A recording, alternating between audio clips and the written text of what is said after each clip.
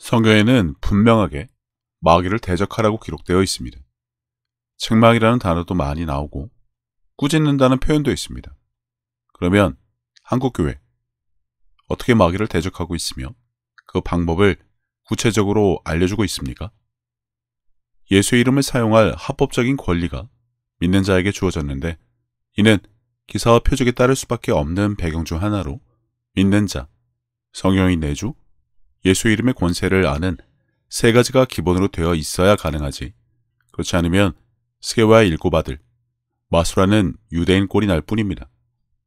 여기서 한국교회에는 귀신을 쫓다가 나한테 달려들까봐 두렵다는 신자들이 넘치는 마당에 대적은 무슨? 사실 바랄 일이 아니라서 직접 하라고는 않고 그냥 알고나 계시라고 나눕니다. 한 가지 미리 알아야 할 것이 있는데 대적하라는 이제부터 싸우라가 아닙니다. 이미 십자가로 그들을 이기신 예수님이 계시기 때문에 공생의 기간 하나님의 손을 힘입어 귀신을 쫓아내셨기에 하나님의 나라가 이미 우리 안에 임하였기 때문에 그냥 제압하라는 것입니다. 진압시키라는 것이죠. 귀찮지만 이미 패배한 것들이니 기어오르면 혹시나 싶어 덤비면 대들면 삼키려 들면 두들겨 패란 것입니다. 그냥 짓밟아 버리란 것입니다. 어디 감히 내까진 놈 따위가. 아멘? 대부분 왜 두려워하는지 모르겠지만 성경을 알면 이건 기본 상식이니 시작하죠. 베드로가 이르되 은과 금은 내게 없거니와 내게 있는 이것을 네게 주노니 나사렛 예수 그리스도의 이름으로 일어나 걸으라 하고.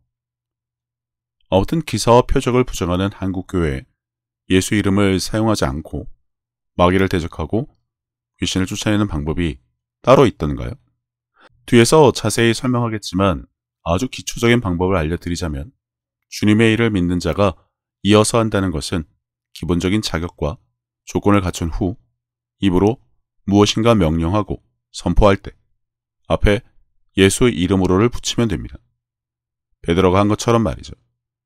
한 가지 분명하게 알아야 할 것은 예수 이름의 권세를 가진 자, 아는 자가 할 수 있는 일입니다. 다시 말하지만 그렇지 않으면 스게와의 일곱 아들 꼴이나 당하고 맙니다. 박혁과 같이 기사와 표적이 따르는 자는 뭐 대단하거나 특별한 것이 없습니다. 이것을 알고 믿고 행하는 자입니다. 하면 된다는 확신이 하늘을 찌르면 그만입니다. 그로 인해 아버지로 하여금 영광을 받으시게 하는 것을 아는 자면 충분하죠. 물론 복음을 듣고 믿는 자가 기본 조건이나 여기서 믿다, 교회 댕기니 당연히 믿는다의 수준을 말하지 않습니다. 표적에 따를 정도로 분명하고 확실하게 알고 믿어 행할 수 있는 자를 바로 믿는 자라고 하는 것입니다.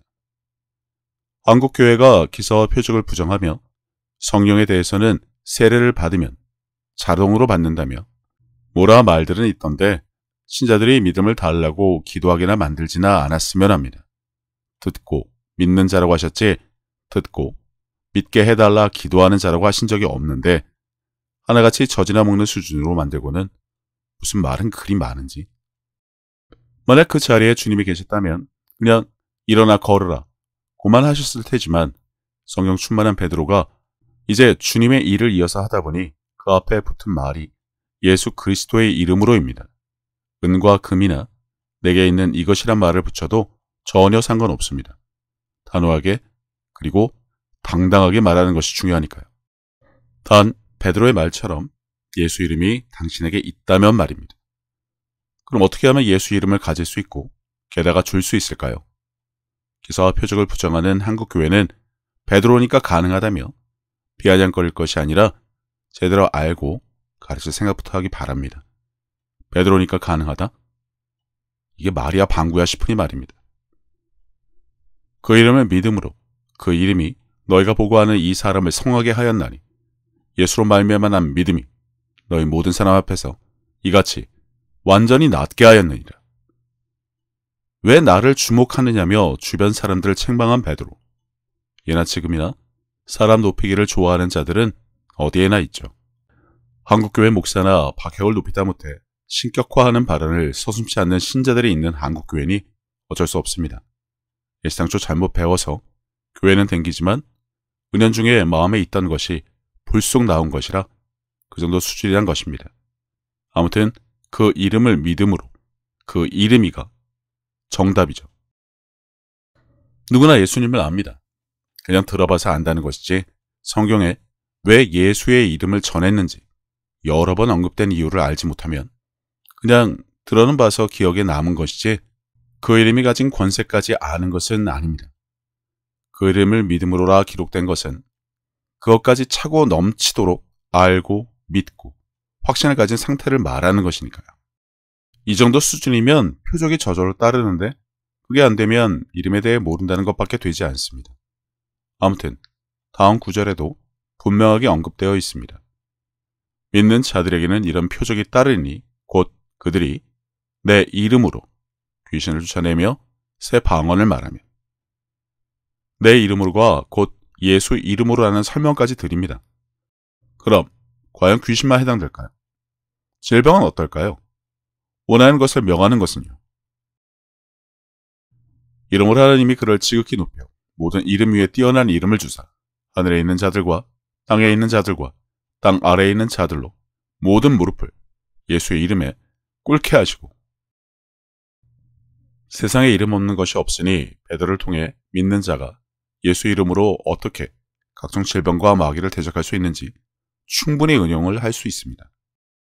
아무튼 오늘 영상은 마귀를 대적하는 방법에 대해 나눌 텐데 단지 예수 이름만 사용하면 되느냐, 그 이름에 주어진 권세가 워낙 막강하니 대충 해도 된다 싶겠지만 주님이 자주 말씀하신 꾸짖다의 개념을 확실하게 가져야 한다는 것을 우선 밝힙니다.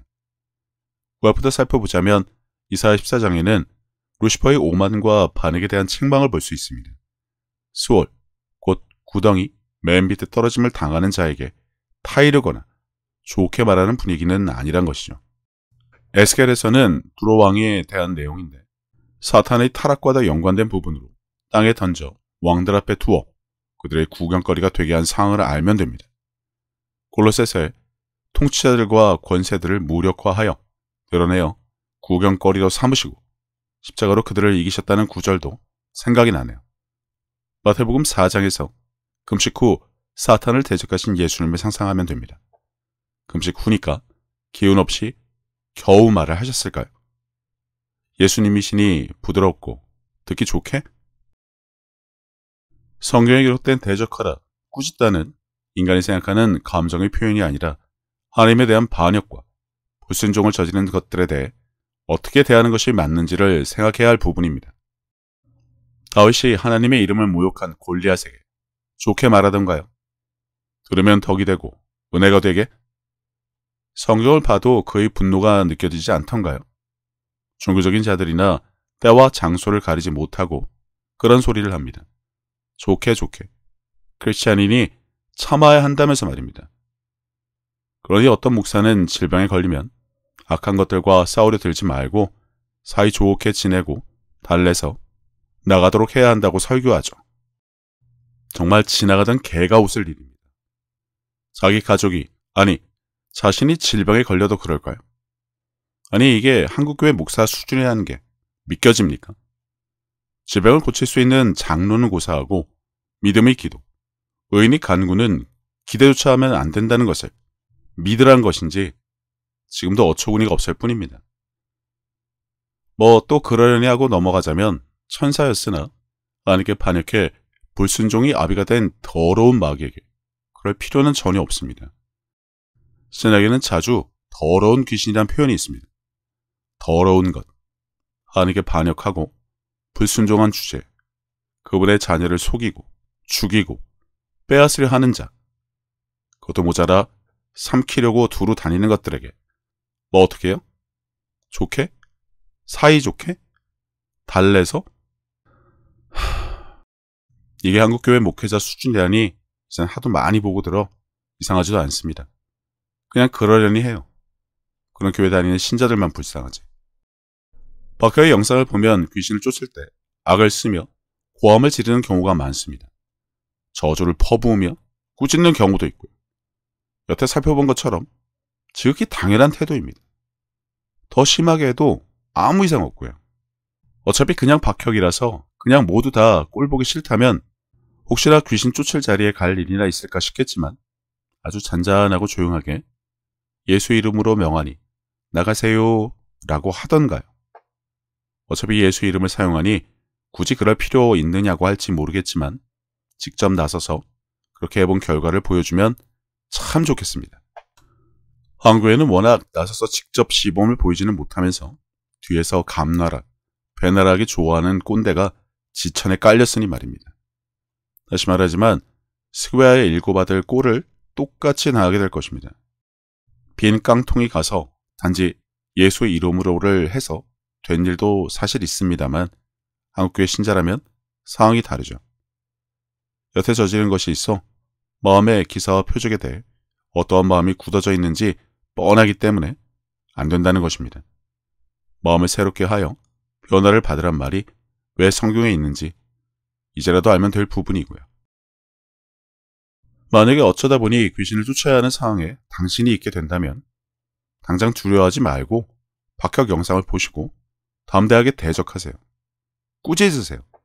더러운 귀신에게 결코 배려 따위 할 필요가 없습니다. 저주를 퍼부으며 나가라고 명령하세요. 당신의 하나님께 반역과 불순종을 저지른 자들입니다. 거기에 걸맞게 대적하세요. 하나님이 너를 쫓아가서 때려주고 물리치실 것이라 고함은 지르지 말고요. 우리에게 대적하라 하셨지. 하나님 운운하면 해주신다고 하신 적은 없거든요. 이런 영상 하도 많이 봐서 그런데 적당히 좀 했으면 합니다. 젖먹이를 보기엔 그럴듯할지 몰라도 보혈을 뿌리노라도 꼭 곁들여 하던데 미국 아마존이나 알리에서 공동구매라도 합니까? 아무리 한국교회가 보혈을 좋아한다 하더라도 도대체 어디서 이걸 구해다가 뿌려댄다는 것인지 이젠 어처구리를 떠나 어안이 벙벙할 지경이에요. 주님의 보혈은 십자가에서 뿌려지고 끝났습니다.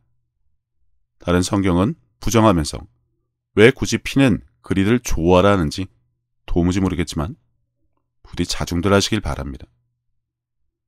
마무리하자면 그냥 한국 사람이니 알아서 할 것입니다. 다른 것은 몰라도 누군가 내 부모 욕하면 맞아 죽을 각오를 해야 하는 것을 아는 한국 사람이니 똑같이 대하면 됩니다. 하나님이 당신 아버지라면 말이죠.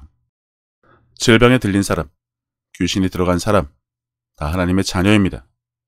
즉 사람이 아니라 하나님을 모욕하는 것이라 생각하란 것입니다. 그러면 따르는 표적을 통해서라도 이웃을 돕고 아버지가 영광받게 하지 않을까 싶어요. 강 건너 불 보듯 기사와 표적에 대해 사람들에게 휩싸여 군중심리 때문에 뭐라고 했을지 몰라도 본인이, 배우자가, 부모가, 자식이 병에 걸리고 귀신이 들리면 그러면 어떻게 할 작정인가요?